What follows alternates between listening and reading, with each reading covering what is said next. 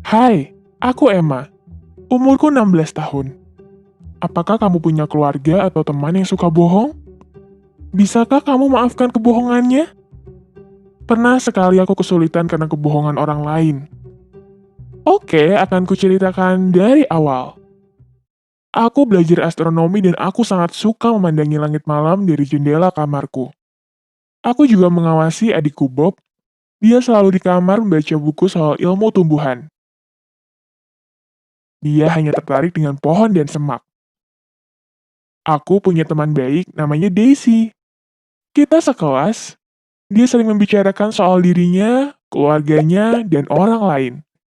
Akan menyenangkan untuk mendengarnya, tapi ada dua masalah. Pertama, dia selalu berbohong. Dua, saudaraku jatuh cinta padanya. Dia pikir Daisy itu manis dan tidak bisa bohong. Karena dia memiliki nama dari bunga Daisy yang indah. Lalu kenapa aku berteman dengannya jika dia sangat tidak baik? Kakakku terus menanyaiku. Lalu aku berpikir, iya juga ya. Kita memiliki tugas astronomi, dan Daisy tertarik untuk berkelompok denganku. Awalnya dia ikut membantu. Dia datang ke rumahku, kita menonton video sains dan belajar peta bintang. Bob coba merayu Daisy ketika dia ke rumah, dan dia selalu bilang dia punya pacar. Tapi aku tahu persis, dia tidak punya. Dia suka teman seangkatan kita, tapi bertepuk sebelah tangan. Karena aku tidak mau kakakku bersama Daisy, jadi aku iakan saja. Di sekolah, Daisy selalu cerita soal ayahnya, yang sudah setengah tahun tidak bertemu. Dia bilang ayahnya kerja di pengeboran minyak di laut lepas daerah Mexican Gulf sana. Digaji sangat banyak dan mengirimkannya ke ibu. Dan mereka menabung untuk membeli rumah dengan kolam renang. Tapi aku tahu mereka tinggal di karavan. Dan ibunya bekerja serabutan. Supaya Daisy bisa kuliah. Ayahnya meninggalkan mereka karena selingkuh. Dia sama sekali tidak memberi mereka uang. Aku kasihan pada Daisy, jadi aku diam saja. Katanya dia mencoba untuk makan makanan sehat dan tidak ada yang sehat di kantin sekolah. Jadi dia hanya minum air saja. Tapi aku tahu, kita makan burger besar di lain hari. Daisy sebenarnya tidak punya uang untuk makan siang. Jadi sekali lagi aku diam saja. Karena aku tidak mau orang lain tahu kalau aku makan burger sebelum tidur. Jadi, kita teman. Daisy akan selalu melebih-lebihkan ceritanya dan aku iakan segalanya baik-baik saja. Sampai sesuatu terjadi. Jadi, di malam sebelum kita mengerjakan tugas, Daisy harusnya ke rumahku, tapi dia menelpon dan mengatakan tidak bisa datang. Pacarnya memintanya kencan dan dia tidak bisa menolak. Aku kesal dan mengiyakan. Aku akan menyelesaikannya sendiri. Tapi ini akan menjadi terakhir kalinya aku kerja kelompok dengannya. Jika ibunya menelpon, dia memintaku mengatakan bahwa dia menginap untuk menyelesaikan tugas. Tidak ada lagi yang ingin kukatakan selain mengiyakan dan mulai mengerjakan tugas. Kencanku dengan tugas astronomi terganggu oleh telepon dari Ibu Daisy yang sangat mencemaskannya. Aku mengatakan kami baik-baik saja dan akan mengerjakannya hingga larut malam. Jadi Daisy akan menginap. Dia langsung tenang dan mengatakan kita anak yang baik. Aku mencoba menelpon Daisy, tapi dia tidak mengangkatnya. Aku penasaran, dia di mana? Jadi aku tanya pada Bob, apakah dia akan pergi kencan? Dia bilang dia pergi dengan Daisy beberapa hari yang lalu dan itu sangat romantis. Dia memintanya untuk membeli soda dan keripik di toko terdekat. Setelahnya mereka akan pergi jalan-jalan ke taman. Tapi dia bilang dia sakit dan pulang dengan membawa semua makanannya. Oke, itu sedikit mirip seperti cerita detektif. Aku tahu toko mana yang dia ceritakan, dan aku langsung ke sana. Dan berharap memergoki Daisy yang sedang berbohong. Sesampainya di sini, aku tidak menemukannya dan handphoneku mulai berbunyi. Ternyata Daisy. Dia bertanya kenapa aku menelponnya. Lalu aku ceritakan semuanya, bahwa ibunya sangat mengkhawatirkannya dan kita perlu bicara serius. Daisy bilang dia sedang dalam toko dan memintaku menunggunya di kasir. Aku masuk ke dalam dan wanita di kasir bertanya apakah aku Emma?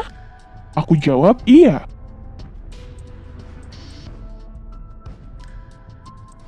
Dia bilang aku harus membayar tagihan adikku yang baru saja keluar dengan belanjaannya.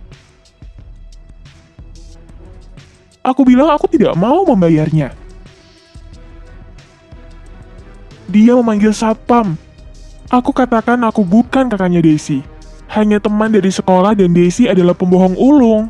Dan ini sebuah kesalahan. Seharusnya aku bertemu dia di sini.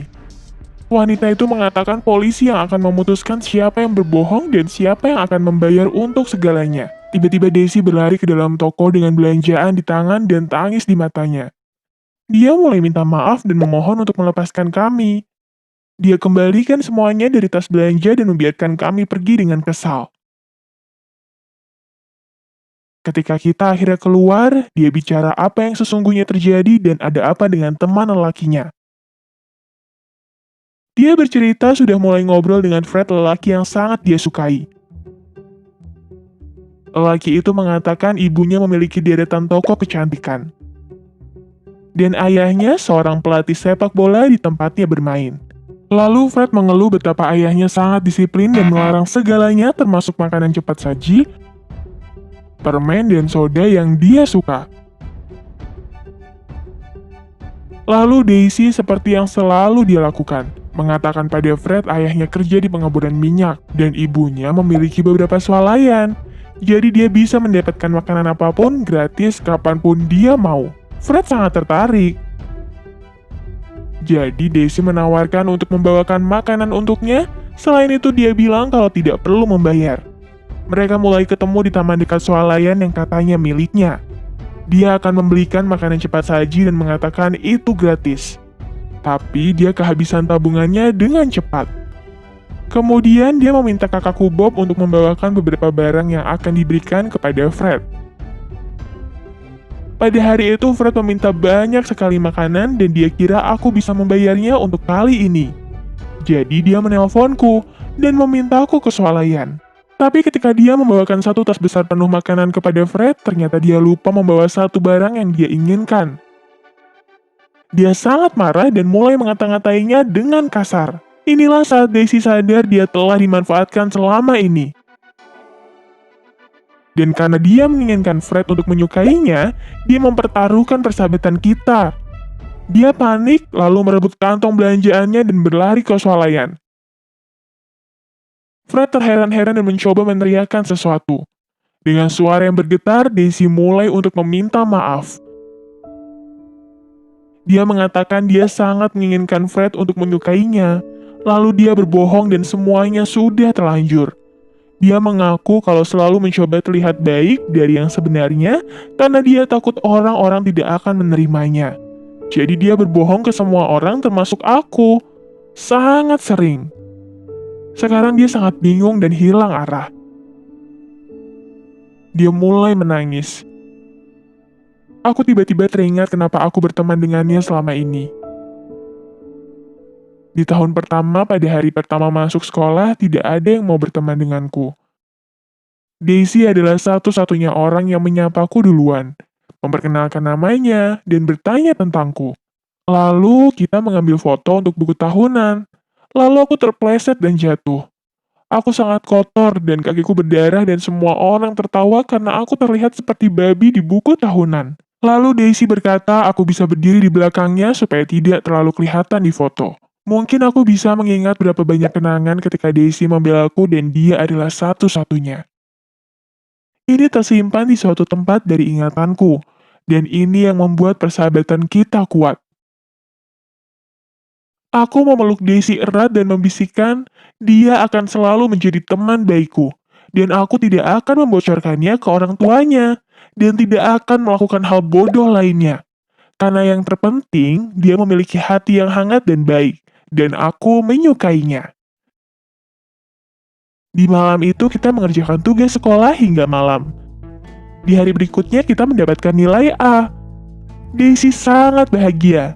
Dia setuju untuk pergi dengan Bob dan tidak masalah untukku karena ini Daisy yang sama, yang pernah bertanya siapa namaku di hari pertama sekolah dan aku ingin menjadi temannya. Kita semua sangat berbeda. Beberapa orang tinggi, beberapa orang pendek. Kita berasal dari keluarga yang berbeda dan berbeda latar belakang. Tapi yang terpenting adalah mengingat kalau ada orang yang mencintai dan menerima kita apa adanya. Pernahkah kamu ada di posisi ini? Di mana kamu harus berbohong pada orang lain? Apa yang kamu rasakan? Cerita di komen di bawah ya. Jangan lupa subscribe. Nyalakan lonceng supaya tidak terlewat video selanjutnya. Jangan lupa like dan aku akan sangat senang jika kamu bagikan video ini pada temanmu. Semoga harimu menyenangkan.